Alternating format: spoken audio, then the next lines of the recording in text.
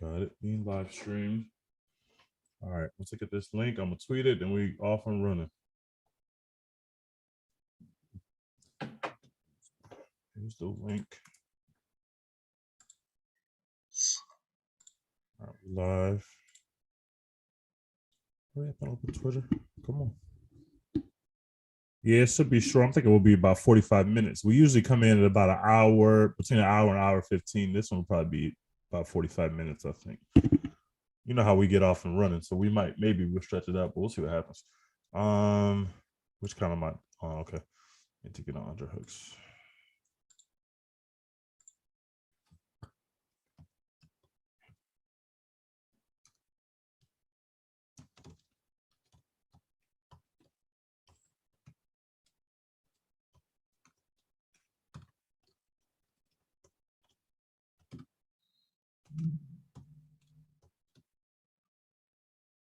Manson. All right, I just tweeted it. So let me go retweet it from my account.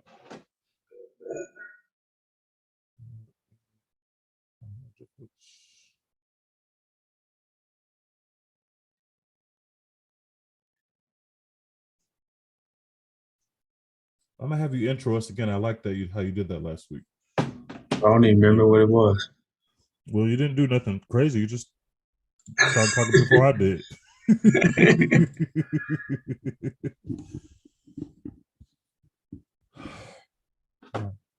Tweeted it. Be good on that. I got my thing up. All right, you can go ahead and introduce us, and then I'll jump into the shit. All right. So, welcome back to the Underhooks Pod. I don't know what episode this is, so I'm not even gonna lie to you. But we still haven't been canceled. Look at that, 12. We're up and running in 2022. So excited to talk to you about an upcoming fight night, and then we get into some more news with the UFC. So, you always ask me how I'm doing. How are you, TJ? Your Houston hoodie. That I'm good over here, man. I hope everybody around the country is doing well with the inclement weather. The weather's crazy in the Midwest. It's crazy in the South. It's crazy in Texas. Me being in LA, it's like 65 degrees. So I'm good, man. I'm blessed. How are you? I know you had a crazy ass week at work. Yes, work is killing me. And then, like, a few minutes before this, like, we got a tornado watch warning. So it's storming like crazy outside. Dog is barking, Jesus. Baby crying. So, chaos. Jesus Christ, man. Well, I got some news I want to run through, and then we'll save our picks for the end because I really need to come back on the picks. I'm already down by 2 fights, but I got plenty of time to come back.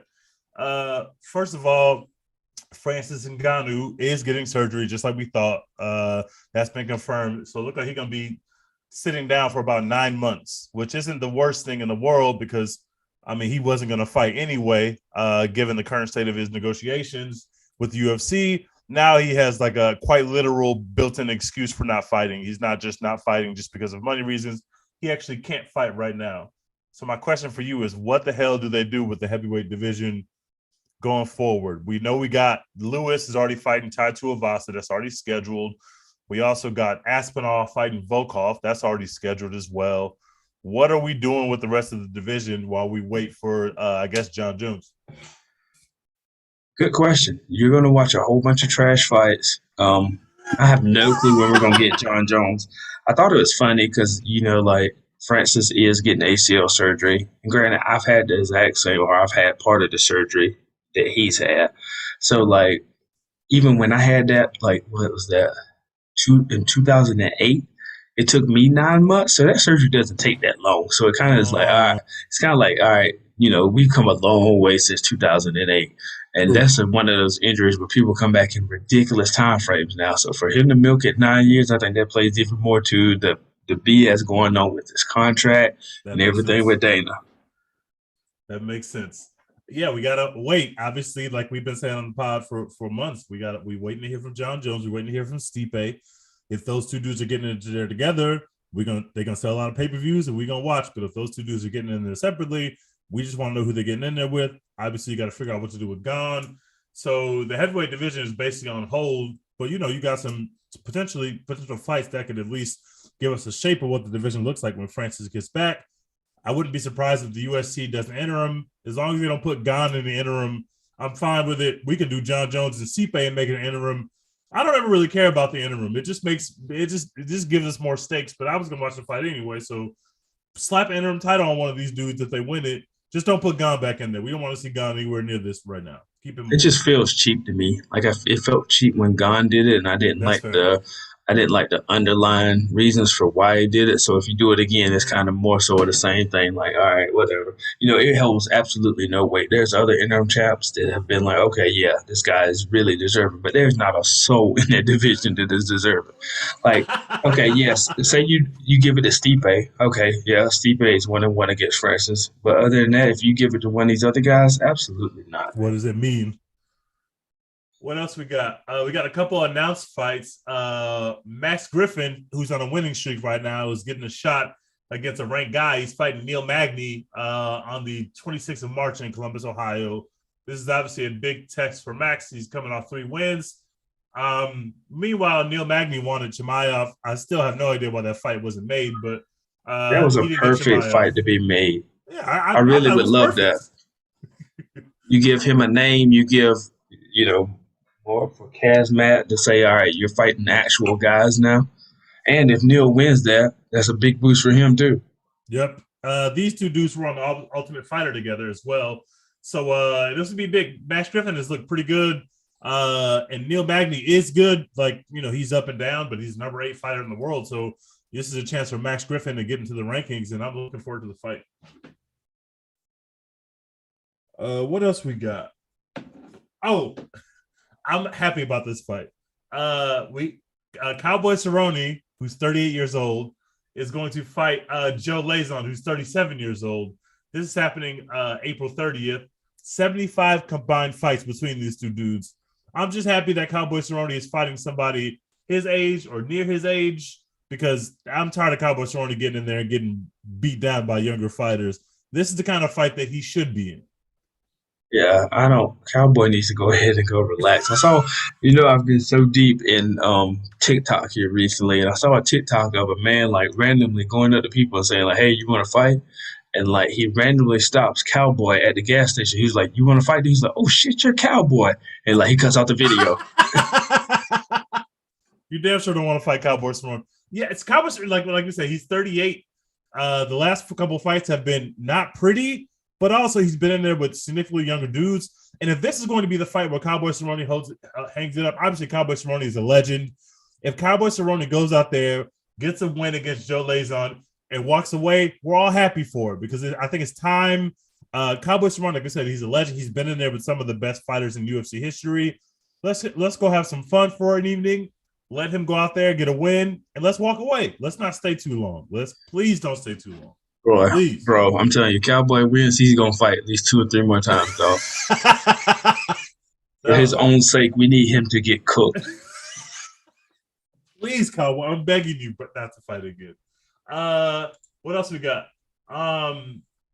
We got Gaethje, that lightweight. Why do I have? Oh, we got the lightweight championship announced for May 7th. That's going to be Gaethje Oliveira, just like we thought it would be. But it's not going to be in Brazil. It looks like it's not going to be in Brazil, even though that's what we wanted. And this is the same card as Glover and Yuri. So this was supposed to be a fight with two Brazilian champions defending their belts in Brazil. It looks like Brazil's not going to happen, but they're still going to be on the same card. I'm just happy that we got the right fight. The Gaethje Oliveira is the right fight. God, that's going to be a fucking war. I can't wait. It is. It is absolutely going to be insane. Oh my God. We're going to have to put so much respect on Charlie Allah's name if he pulls that out. That's like big he's facts. already gained our respect. At least he's gained my respect after I kind of doubted him. Absolutely. But if he wins this one, we're going to have to really, really elevate him. His resume is going to look pretty damn impressive. Oof, that's going to be a nasty fight. That's going to be a great fight card. Obviously, we know all about Yuri and Glover. Props to Glover for winning that belt, but it's probably going to be scary hours for him. But I'm excited for the fight nonetheless. So those are both been booked for May 7th. In the news this week, Usman said to GQ, he did a GQ profile this week. He said he was going to go skip Izzy, because him and Izzy are good buddies. He was going to skip past Izzy and go fight Jan when Jan was the light heavyweight champion. He said he was going to go fight Jan.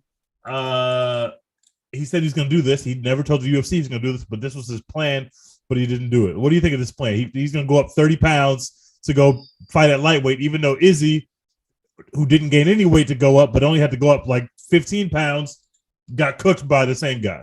Jan Blachowicz cooked Izzy. So here's my thing with Izzy. Izzy absolutely has the frame to put on weight and carry it well. Usman doesn't have that. That's true. I mean, granted, his body, for his frame, and just looking at him, he is absolutely maxed out on muscle and size. Yeah. What does he look like if he puts on 30 pounds? I couldn't even imagine it. Yeah. I mean, he's not going to look like a fighter no more. No, and I mean, granted, he's 170, but it is a ripped 170. You know, I just don't see. I don't see that working. Now, granted, we know that Usman is a way better wrestler. That's true. If it got on the ground, it would work. But listen, it don't hurt. If a fat man laying on you, bro, ain't a lot you can do. Like if we got two wrestlers, I'm taking the fatter one. Like that's just how it works. I mean, look with Gane and Francis. Francis was way bigger than Gane, and when he got on top of him, it was just like, all right, well, that's a wrap. Apparently, Khamzat Chimaev said that he's coming for Usman. He is coming for all things, and I mean, obviously, Khamzat is great, but Usman is different, bro. I don't know. We'll see Khamzat because Usman is a different dude, bro. Usman is a different dude. We'll see. I think that's something you get in 2023. I think I made that prediction before, but I think you see that one eventually in 2023. It's coming because I don't think either one of them dudes losing in 2022. But we'll see. Stranger things have happened. So at the bantamweight, TJ Dillashaw said he doesn't want to fight Aldo. He wants a title shot. Obviously, all those guys are kind of vying for the title shot after we know Jan and the fake champion have to take care of a little bit of business, and that's coming up. But after that, bantamweight is so stacked. There are a couple of people that really want that title shot, TJ being one of them. So TJ is saying he don't want to fight Aldo, whereas of course, Aldo wants the title shot too, but Aldo would be more than willing to go fight TJ or Cruz or anybody else you put in front of him because he's just motivated.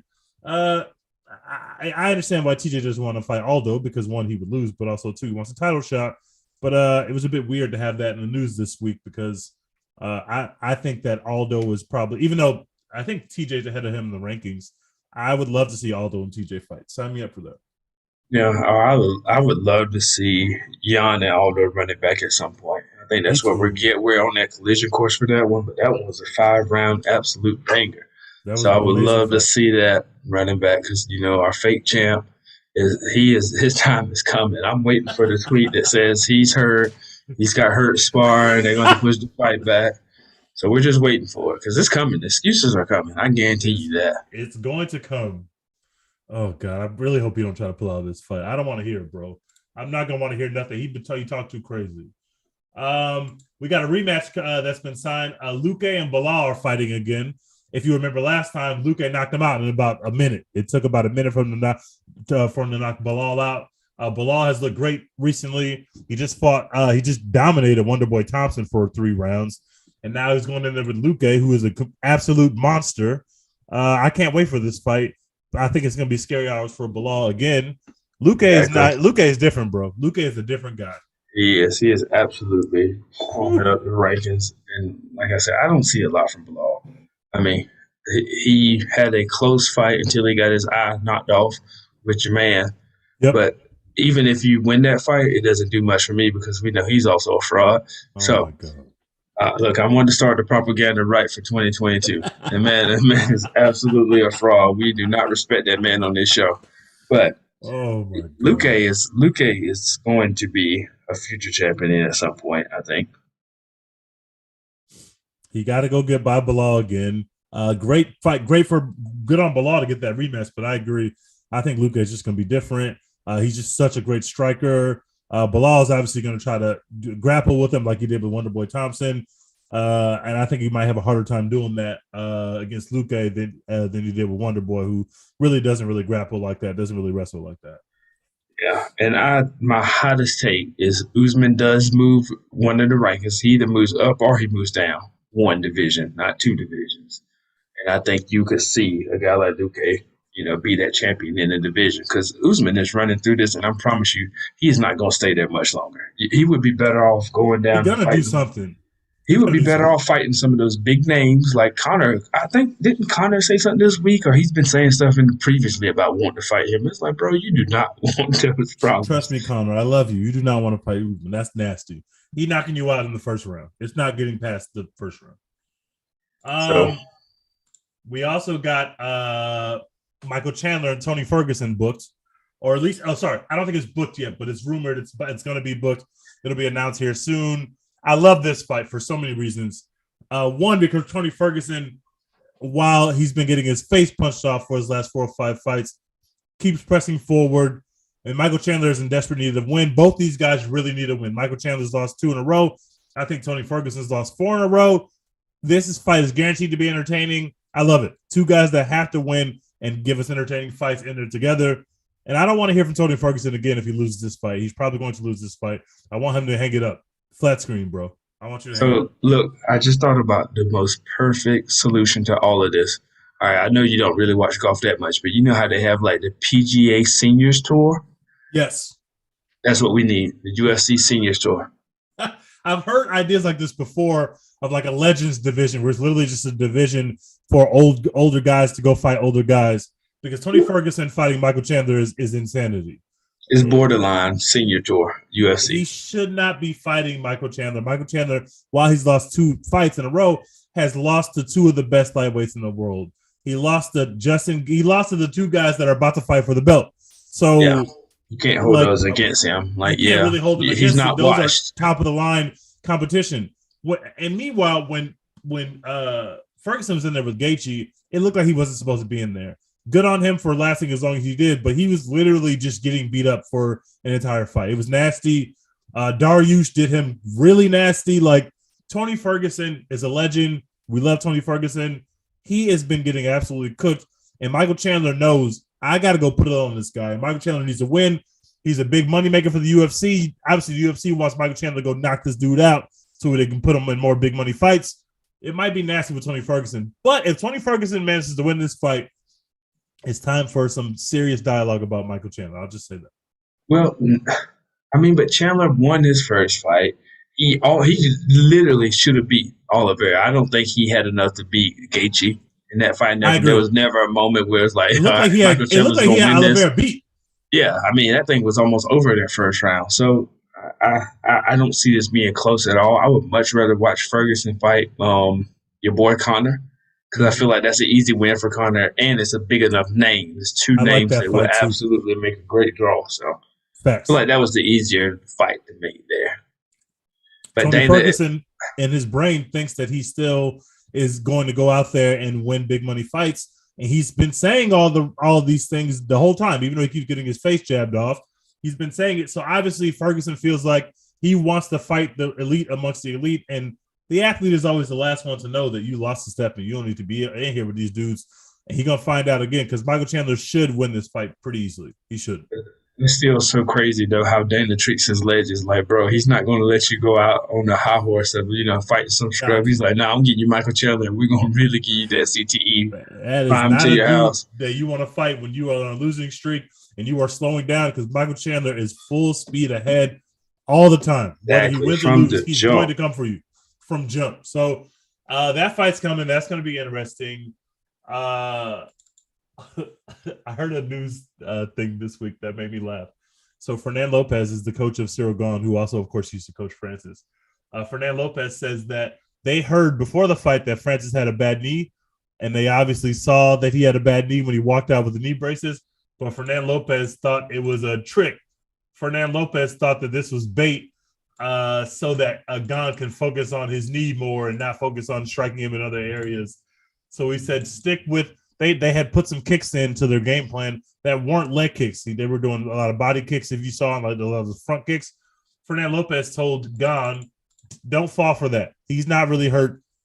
Go do body kicks. Don't kick his legs. So that's why there weren't a lot of leg kicks in the fight, because Fernando Okay, Lopez told so Jon not to. that's wonderful logic if you're like 72 hours out. Like, say, somebody on the street is like, hey, TJ got a bad knee. I'm like, well, Yeah. I don't know. Yeah, maybe. Then it, like, if I see you and you got on knee pads you ain't wearing, like, bro, that's a lot to go into a trick. That's a whole lot to trick me. Because literally, like, before the fight, what was it, maybe 2 or 3 hours, we got it confirmed that he had a bad knee. Like, it wasn't Yep. it wasn't a Yep. mystery anymore. And your team should be like, hey, that trick we thought? Like, no, bro, it's Fuck confirmed. that. Like, he's, Kick his leg 300 times. Like it's it is, real. Like it's like you're the coach, so okay, let's make some adjustments. So halfway through, if you're like, hey, maybe his knee is kind of fucked up, let's yeah, try like it. he moving different. Like let's try it. Like That wasn't even a suggestion. Let's get one round to test our theory. Oh, never mind. We're not gonna do that. It's still a trick. maybe because they won the first 2 rounds, they were like, oh no, we straight. We don't got to switch the game plan up. But I just find that so fascinating because he actually did have a knee injury, and you didn't try to exploit it at all. Like you didn't try to exploit that at all, and he wrestled you to death. Come on, Fernando Lopez. We got to be better. So think about that. And again, so your credibility is already kind of dashed because the biggest fighter that you could have left you because he had concerns. Facts. Now you are openly publishing that you are out here coaching like Charlie Strong of the UFC. So you are, man, his resume is done. He is about to be somewhere else, like training little kids. He's gonna have a little child jiu-jitsu class. That was nasty. The props to him for admitting it, but that's nasty. I wouldn't have told nobody. I'm not gonna lie to you. I would have kept that to myself. We talked about the fact that Jan Blachowicz was supposed to fight Rakic in the lightweight division. That fight is off because Jan got hurt. So now Rakic is left without a dance partner, which is kind of weird because Rakic has been sitting there for what feels like a year and just waiting for somebody to dance with. He finally got a perfect dance partner. Now that fight's not happening. So we don't know what Rakic is doing. Jan obviously has to get better. That was a fight I was really looking forward to, but now that fight's off because Jan got hurt. That's not. I need to let Jon Jones go back. Jon Jones ain't going back.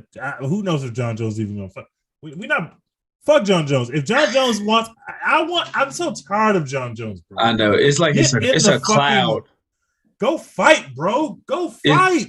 He's really like a cloud over the UFC. Like you can't really say like, all right, these are great lightweight, light heavyweights, or oh well, he might cook in the heavyweight division. It's just like, bro, we don't know, and he's not. We have no idea. And he's not at the point where he's going to do anything. It's just, I don't know. It's a storyline that is becoming tiring at this point. Speaking of somebody who's a storyline in the cloud over the UFC, Henry Cejudo, there's a rumor that he has actually now re-entered the USADA pool. He has. But I heard today on a podcast that that's actually not true. So Cejudo's a troll, bro. I thought Dana confirmed that he was back in it. Maybe he did. Maybe I missed it. I keep seeing conflicting reports.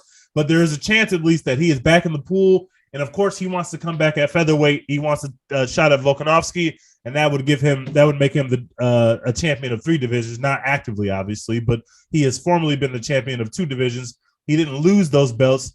He retired, he retired because of money issues. So he was feuding with the UFC, and he said, "I'm not fighting for that amount of money," and he retired. So it's obviously compelling if he were actually to come back because we've never seen him actually go out there and lose these belts. Now he wants to go get a 3rd belt, which at featherweight, and he's wants to go fight Volkanovski. But who knows if Dana will let him go right in and fight Volkanovski because now Dana is probably rightfully concerned that Cejudo might go get this big money fight, win his belt, and then walk away again. If somebody has walked away with your belt or multiple of your belts before, obviously you're going to have a fear that they might do that again, and that creates dissension in the division. It gets weird. You want to have linear champions. You want to have champions that this guy got the belt because he beat the last guy. You don't want to have champions that happen because somebody walks away. It happens at times, obviously, but you don't want to be burned twice by the same guy. So who knows if Cejudo can even walk into a featherweight championship fight. It'd probably be more likely that he fight somebody else at featherweight. Go fight Brian Ortega. If you beat Brian Ortega, and I know you want to do another fight, then maybe I can put you in there with my champion. But I doubt he's going to be able to walk into a championship fight. He thinks that he will, though. He thinks that Dana's going to give him this fight, or he thinks that he can convince Dana to give him this fight. Yeah, and I just looked into it, so I guess Henry said that he has not jumped into the pool, but that was something that was pushing around. So who knows? Until he get in the pool, he just talking. Yeah, I agree.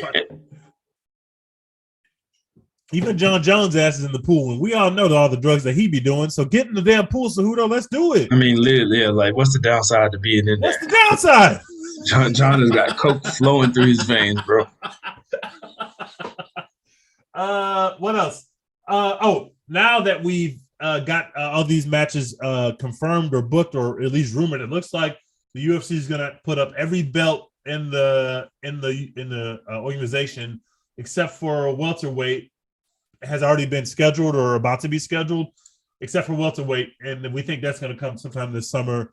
It hasn't been booked yet, but obviously everybody's pointing towards the fact that Rocky Leon is probably going to get his title shot, and he's going to fight Usman again in a rematch. That's going to be the fight. It's not booked yet, but basically everybody's going to have to defend their titles coming up here between now and June and July. Once we get the welterweight fight book, I thought that was interesting, and that clearly means that we don't have any divisions stopped up. Although we just talked about what's going to happen with heavyweight now. What else? Oh, they finally booked in boxing. They finally flipped the Katie Taylor and Amanda Serrano fight, which is the second and third best women's boxers in the world, for MSG in April. This will be the first time that Madison Square Garden has had an event headlined by two women. So that's pretty cool. That's going to be an amazing fight. We definitely will be talking about that as we get closer. That's going to be incredible. Both those women are absolute monsters. This is a monster fight for boxing. Good on them, because we all know in boxing, when there's a fight that everybody wants to see, there's probably about a 10% chance that we ever see that fight. So I'm glad that this fight's been made.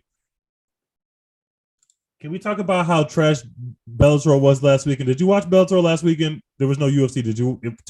Man, I saw tweets about how awful it was, which I already feel like Bellator is pretty awful. For somebody to be like, "Hey, this is trash," I was like, "No, thank you. I'm gonna get some self care. I'm gonna go watch it and eat some brownies. I'm not doing that to myself." They had their heavyweight title on the line with two of the most useless, hanging on each other ass niggas fought for 25 minutes. It was awful, bro. And I said, this is why the UFC can't just be taking random weeks off, bro.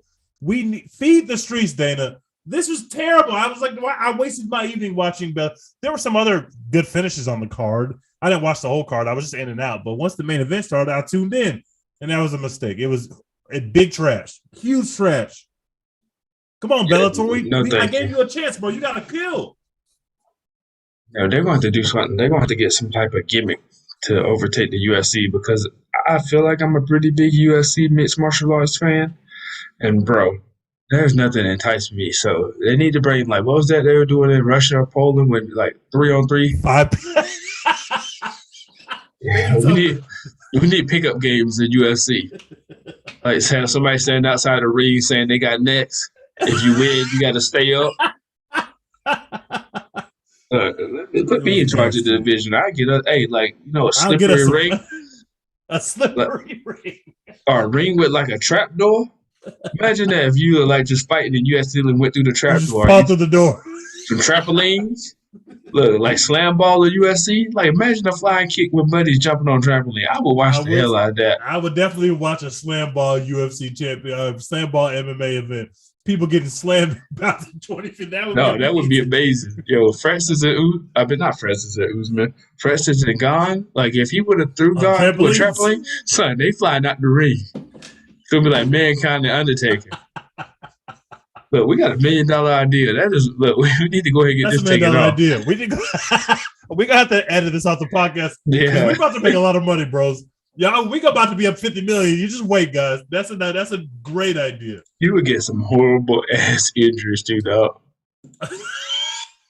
Imagine getting choked out and now you down in the trampoline spring. Have you ever got stuck in the trampoline spring before at all? It's so painful. Put it out in the sun, and then the springs will be hot. Dog, this is perfect. Like, nah, bro, you can't put on your shirt. I know the trampoline spring is hot, but you gotta fight out here with your shirt off. You gotta fight your shirt off. You gotta have a burn mark, and you got choked up.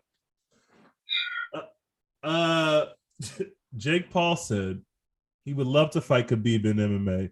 Don't do that, bro. He would just have to work on his wrestling. He's gonna have to do more to work, bro. What?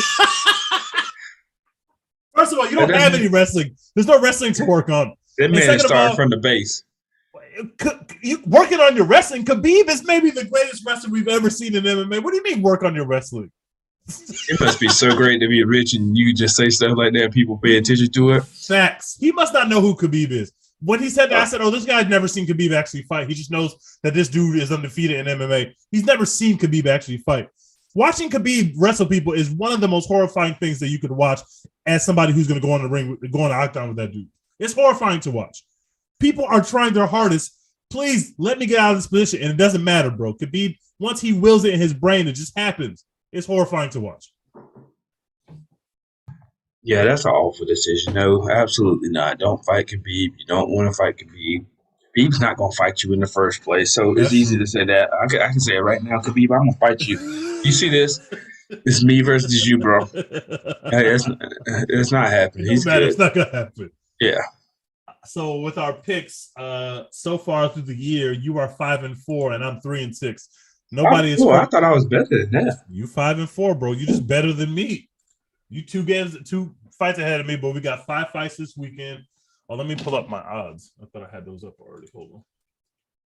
So we got a big main event this weekend. We actually have a lot of middleweight stuff going on in the next 2 weeks. We have Hermansson and Strickland going on this weekend, and then next weekend we obviously have Izzy and Whitaker, and we also on that same card have Cannonier and Brunson. So there's going to be a lot that we learn about the middleweight division in the next 2 weeks. So definitely stay tuned to that because we have a lot going on in that division, and we'll be able to have a pretty good idea of where the division is going after those 3 fights in the next 2 weeks. So tell me about what you think about this main event before we start making these picks. Don't make a pick yet. Just tell me about how you think this fight's going to play out. I think it's going to be an absolute war.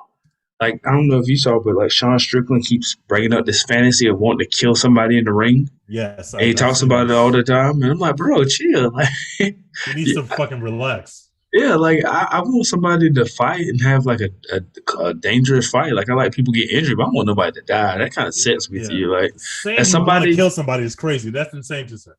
Yeah, like as somebody growing up in a terrible era of like internet, and I used to watch like Faces of Death, and it probably was like the worst decision for me. I can't believe I used to watch that shit. I did all the time. Like, bro, somebody died, but like, man, let me watch this, and then let me watch the autopsy. But like, I don't want to see nothing. I don't want to watch nobody like die in the ring. That's kind of no. It's a sport. We don't want to see people die. I want to see LeBron James kill somebody. I want to see him go win the NBA Finals. Like this makes it a sport. We don't want LeBron to dunk on nobody and kill him, bro. That would scar the whole moment. We don't want that. All right, so we'll start at the bottom of the card. The bottom of the main card. Sorry. Wait, I should mention whoever on the prelims that we should look out for. The prelims. Those prelims are awful, bro. Miles John is on the prelims. And Hakeem Dawodu. Hakeem Dawodu is good. Is he though? Well, I guess we're going to see. That's about all I know. Malcolm Gordon is okay. He's literally the first fight out if he loses. So it's not a lot going on. This is not the most amazing card. We will be very honest with you here. We don't make money from the UFC. So, like, this card is not great. However, the main event should slap, and there are a couple fights on the main card that will absolutely slap that we will go through. Now look, Jason Witt and Philip Rowe is absolutely going to be a cool fight. That is one fight I would say if you're going to watch the prelims, watch that fight. I don't think I've seen Philip Rowe. Oh, you haven't? I don't think I have. He's black, so I'm definitely going to root for him. But I haven't seen him black with like a 80s rapper haircut. He's got like his box and whatever. Or maybe that's 90s. He does have a box cut. Yeah, so look out for him. But that is the thing with him. He has an insane reach. Like let me look him up. He's 8-3, but bro, he's 6'3". He has an 80.5 inch reach. His leg reach is 44 inches compared to a guy that's 5'10", a 70-inch reach, and a 40-inch leg reach. Jesus, he's gonna tower over this man. Yeah, but he has his nickname is the Fresh Prince. So come on. Come on. Also, isn't that Gonz? I guess Gon has a French nickname, but they call him the Fresh Prince. That's the swagger. Never mind. He might get cool. I'm sorry. Everything I just said, let's take that back. Our first fight on the main card is Julian Erosa and Steven Peterson. And Erosa is a -310 favorite, so a sizable favorite against Steven Peterson, who is a +245 underdog. and I'm taking the favorite here. I'm taking Erosa. Erosa's got amazing striking. I'm taking him to win this fight. I completely agree with you. That fight isn't going to be close. The only thing I think that may help is just his wrestling and ground game for Steven Peterson. But still, I think Erosa wins that fight. This is I think Erosa's going down. I say that because when I look on the UFC website, they got Peterson listed. His weight is listed at 145, and Julian Erosa's weight is listed at 158. That's weird. Erosa's obviously the bigger guy, like he's a taller guy. We'll see, man. I look forward to that fight. I think Erosa should win it pretty easily. I like Erosa, and I'm looking forward to him impressing us out there. Our next fight. Oh shit, where'd it go? I'm super excited about the next fight. Sam. I can't believe Sam Alvey is still fighting. That's speaking of people that need to hang it up. Okay, not this fight. You're announcing another one. What was I to say? Not at all excited about that. Sam Alvey? I know, right? Yeah, I'm good on that one. Yeah, the next. Oh, you're right. Skip one. I'm excited about this too. So the Ultimate Fighter winner, Tresean Gore, who did not get a chance to. Well, I shouldn't say he's the Ultimate Fighter winner. He was going into the final Ultimate fight. He got hurt. The championship. He got hurt. So they put Brian Battle in there, and they put up Brian Battle in there against whoever he fought, and Brian Battle won the fight. So he was the Ultimate Fighter winner, even though Tresean Gore was undefeated in the house, but he got hurt before they were going to fight on the UFC card. So Tresean Gore is actually making his UFC debut against the Ultimate Fighter champ, Brian Battle. Tresean Gore is our son. We love him. He's from the South. He's humble. He's confident. Y'all haven't seen him yet. He's a South Carolina kid. Y'all haven't seen him yet, but we watched the Ultimate Fighter, so we know Tresean. He's a beast. He's going to win this fight. There are no odds on this fight. He's going to win this fight. That's our son, Tresean Gore. He not only is going to win this fight, he's going to win it by knockout. I like Brian Battle. Brian Battle's dope. He has a great story. He's going to be great in the UFC. Tresean Gore is going to be that guy in the middleweight. Tresean Gore is going to be good. He's incredibly strong. His punches are insane. He can take punishment. Insanely strong, man. That's gonna like I'm so excited. It's going to be fun. I love the story. South Carolina kid. He was awesome on the Ultimate Fighter. Please, I'm pray over this. I need this man to win because we are gonna say that we claimed this. So when we're episode 12 now. So when we're on episode like 98 and Tresean Gore is fighting for the title, we're gonna run back over episode 12. We're gonna put this audio back in there. Tresean Gore is our son. Y'all don't know him yet. Get to know him. He's fun as hell. He's great to root for. I think he's gonna win the fight. I'm excited. Both these guys are likable. It's gonna be dope. We've been waiting to see him fight because we saw him on the Ultimate Fighter for months. So we finally get to see him fight. So I'm excited. Tresean Gore, Brian Battle. That's the second fight in the main card. And Brian Battle, like you said, he's a really cool guy. I love his nickname, Pooh Bear, because I like to sleep when the Pooh. So I like that nickname. I think that's a fire. This is an anti-sleep like Winnie the Pooh podcast, by the way. We do not advocate for sleeping like Winnie the Pooh. I'm telling y'all, y'all trust the bets and trust Winnie the Pooh. Just try it one good time, bro. It'll change your life.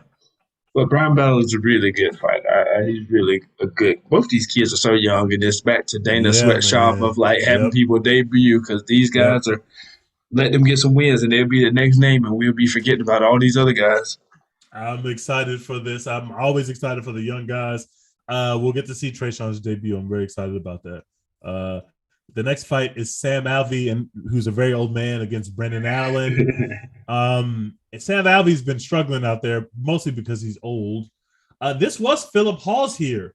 I think Philip Hawes backed out of the fight, or he got hurt, or something happened. So now it's Brendan Allen, who is a bigger name, but also a bigger favorite. Brendan Allen is minus 400. Sam Alvey is plus 300. And there's a reason why I think Brendan Allen's now the biggest favorite on the card. There's a reason why that. Brendan Allen is going to submit this man in the second round. I like that. So they're both coming off losses. So it if makes that's sense. Your betting odds, if you see that Brendan Allen by submission, go ahead and lay a little something on it. I like that. I might lay something on that. We are on the same page on all these fights so far because I also agree that Sam Alvey is going to get cooked. Brendan Allen's really good. Who did Brendan Allen just lose to? Somebody who made their debut, I think. He lost to Curtis. Curtis, that's who it was. Yes. It was Chris Curtis. Yep. He got knocked out by Chris Curtis. in a fight that he was winning for a little bit. And Chris Curtis went crazy. Brendan Allen will get right back on the horse. Sam Alvey is not that guy anymore. Sam Alvey must need the check. He's gonna get knocked out. Brendan Allen's gonna knock him out. Brendan Allen's really fun to watch fight too, so I'm excited about that. But I got to talk to you about my other son who's on this card. Oh Lord, it's Harris, right? Have you heard? No, hell no, it's not Harris. The dude that Harris is fighting is named Shavkat Rakhmonov, and he is insane. Go watch his clips on YouTube. This dude is going to be great, guys. He's legit. He is a monster. Shavkat Rakhmonov, remember the name. The dude is a monster. He's from Kazakhstan. His striking is crazy. I can't wait to see this. Shavkat Rakhmonov has been cooking folks, and he's fighting Carlson Harris. Shavkat Rakhmonov is a minus 225 favorite, and Carlton Harris is a plus 185 underdog. Shavkat Rakhmonov is must-see TV whenever he fights. We got him back in our lives. Y'all got to check this fight out. It's going to be a banger. Who you picking, Stephon? So I thought about this fight because Rakhmonov is very, very exciting. Like, he's really, really electric. So I'm really excited about this fight. But I feel like Harris is very underrated as a fighter. They're both really great grapplers. So I think if it goes to the ground, it's going to be kind of Rakhmonov is solid in both aspects, but I think it's going to be not one of those grappling where somebody's just laying on somebody, but it'll be a really intriguing where you see a lot of guys like being able to be technical, getting out of it. You're going to see reversals. So if it goes to the ground, it's not going to be one of those boring ground fights. Harris has only been finished once, though. Like, he is a very, very underrated fighter, man. I'm still going with Rakhmonov to win. But I think this is a very, very underrated fighter in Harris, and I think it's a very underrated fight just in general. It's going to be exciting. I really like what you just said about the ground game. My view of the ground game is like when fighters are on the ground and everybody's fighting for transitions and positions and submissions, it is extremely fun to watch. I know some people are not into it. It is fascinating to watch when the transitions are happening fast. People are grappling, like it's really fun to watch. But when you have like the Francis, where it's like I'm just gonna land the guy, of course that's not that fun to watch. But these dudes, like you said, if they get on the ground, it's going to be fun to watch them on the ground. The grappling against the cage, especially, is going to be fun as hell in this fight. Both of them can do that. Rakhmonov is just such a great striker. He's electric. I really enjoy this guy. He's one of those guys you watch, and as soon as you see him, you're like, oh, I gotta remember that guy. The way he fights is just insane. I'm taking him to win the fight as well. But I agree that when I was watching video on Harris, I was like, no, Harris is good. Like, he can strike. He can damn sure grapple. He can wrestle. I think it's going to be a pretty fascinating matchup, but I think Rakhmonov is going to knock him out, even though nobody really knocks this guy out. Shavkat is different, bro. That's my son. So we're all on the same pick so far. Now we got a middleweight fight. We got Punahele Soriano, who's a minus 180 favorite against Nick Maximov, who's a plus 155 underdog. I didn't really know before I looked at the lines who'd be favored here. Puna is a slight, I guess more than a slight favorite, but he's not like a huge favorite. Puma has fought better guys. He's a better striker. Maximov has the ground advantage, and he can, if it gets to the ground, he might submit him. But Puna has been in there against better guys, and I'm going to trust the experience on this one. I'm going to go with Puna. So that's my note. Puna wins. That's what my first note when I was watching both guys. He, like you said, the ground game, he's lacking there, but he is a way better boxer and has the advantage on the feet. He's also coming off his first L. So that's going to be something. I feel like those fights are, you would hope you learn something for it and you come back reinvigorated. But sometimes, that starts a slippery slope with it. But then you've also got the pressure of a guy who's completely undefeated. So, there's a lot of pressure with that. So it's going to be a cool fight. I think it's going to get to the point. Sorry, Lord Jesus. That this is going to be a knockout for Puna. So I'm giving a little bit something for our listeners extra. Go ahead and take Puna, but take him by knockout. Puna is one of these. I mean, if you just look at him, he's strong as hell. But also he is a really good striker, carries a lot of power. And Maximov will have to be able to, obviously, he ain't going to try to stand there and strike with the guy because that power is going to be ridiculous. But Maximov, like you said, he's undefeated. So he's never lost before. And when that happens, you go in there with a little bit of swag and confidence about yourself. I think it's going to be a great fight. I actually think every fight on this main card should be good, if not competitive, then at least entertaining, except for maybe like Sam Alvey not going to be competitive, I don't think. But if he gets knocked out, that'd be fun to watch. That's So your like time I to go get some chips. Like yeah, like I if your stomach's bubbling, bro, that's the fight. Like hold it. This Sam Alvey, just go. That's this pretty is good. going to be a pretty solid fight night main card. Who knows what it'd be those when you look at the prelims, you're like, I don't know about these prelims. That's the ones that really be slapping. So I'm excited about this card. It's probably because we had a week off, but I am excited. But we need to get to the main event, like we said, is Jack Hermanson and Sean Strickland. Sean Strickland is a minus 210 favorite, and Jack Hermanson is a plus 175 underdog. Sean Strickland is the number 7 fighter in the world. Jack Hermanson is the number 6 fighter in the world. And like we said, Sean Strickland is absolutely insane. He's crazy, and people don't know if it's an act or not, but he says crazy ass shit. But he is a great fighter, and he puts on great fights. He's a great striker. His boxing is really, really solid. And he's really impressive the last time he was out there.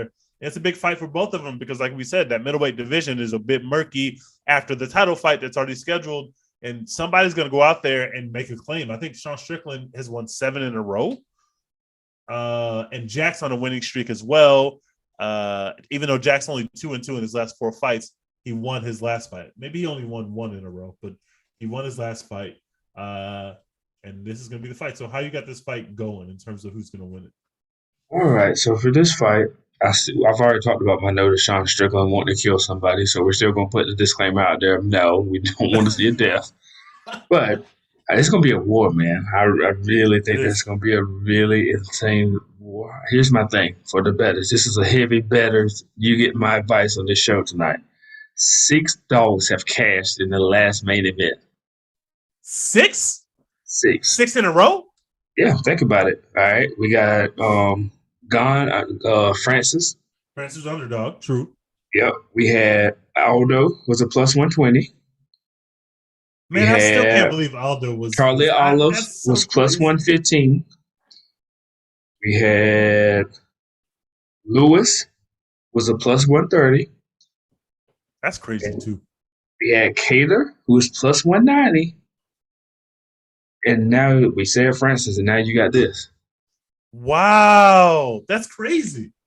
So that means the favorite has to cash this time. That's the terrible logic. That's not how that works. But I can also see somebody listening to the pod and saying, yes, that completely makes sense. This streak will never continue. 6 in a row. What you get the gold star for today. That's incredible stat pool. I did not know that.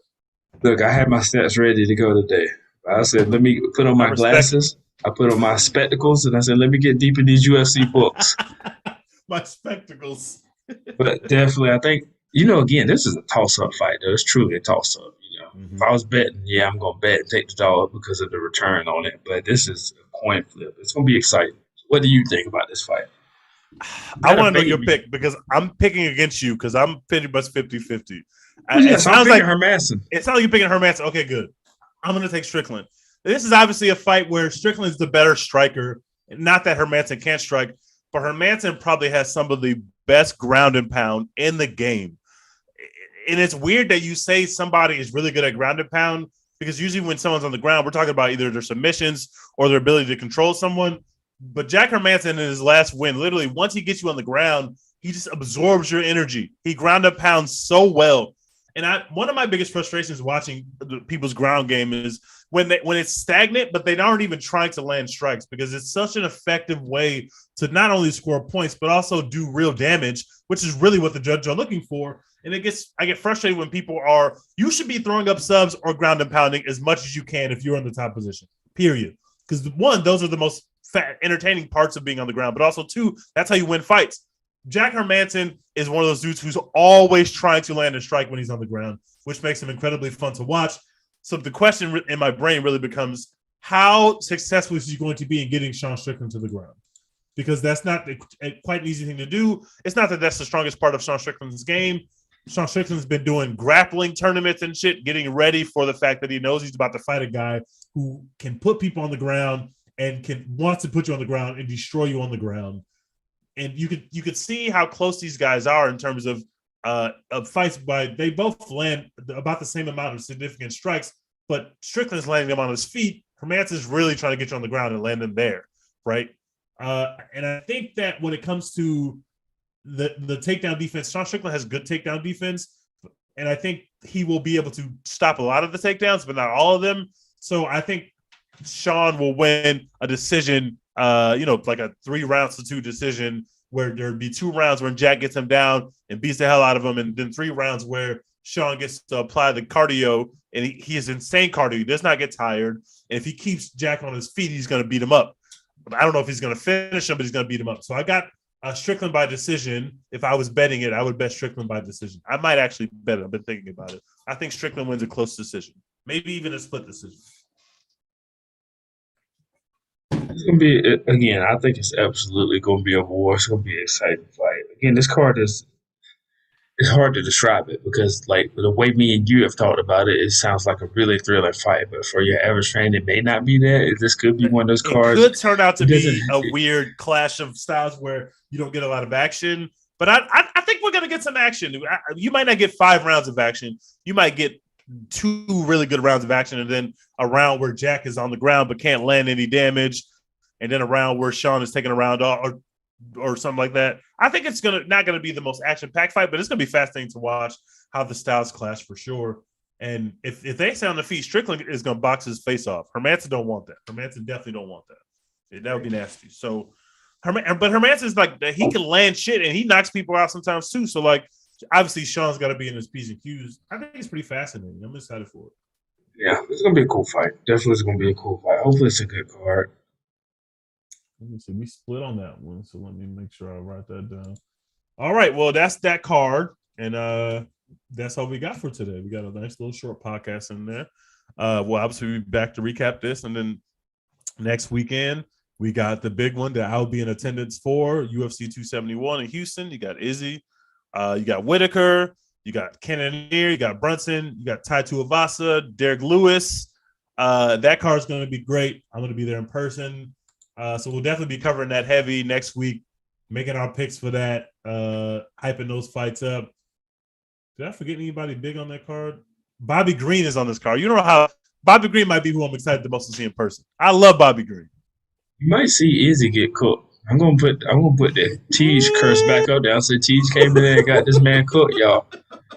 I'm on the fence about that one. I'm going to let you know. I'm on the fence much too. On the fence. I plan to do a lot of film study this week because I'm on the fence about it, bro. That's going to be a great fight. But we'll be back obviously next week to recap the card that we just talked about, and also we'll be previewing the 271 card. Thank y'all for tapping in with us, and y'all be safe and have some good weather, or at least have some good company when the weather is bad. And we'll be with y'all sometime next week. That's right. Take those picks and flip them. It's big money week for Valentine's Day, bros. Look, take all the money you was gonna spend on your girl and put it on these bets. Please don't do that. Please don't do that, y'all. Y'all gonna get broke up with. Don't do it, please, bro. If you get broke up with, please share it to the timeline. Thank you. All right, y'all. We out of here.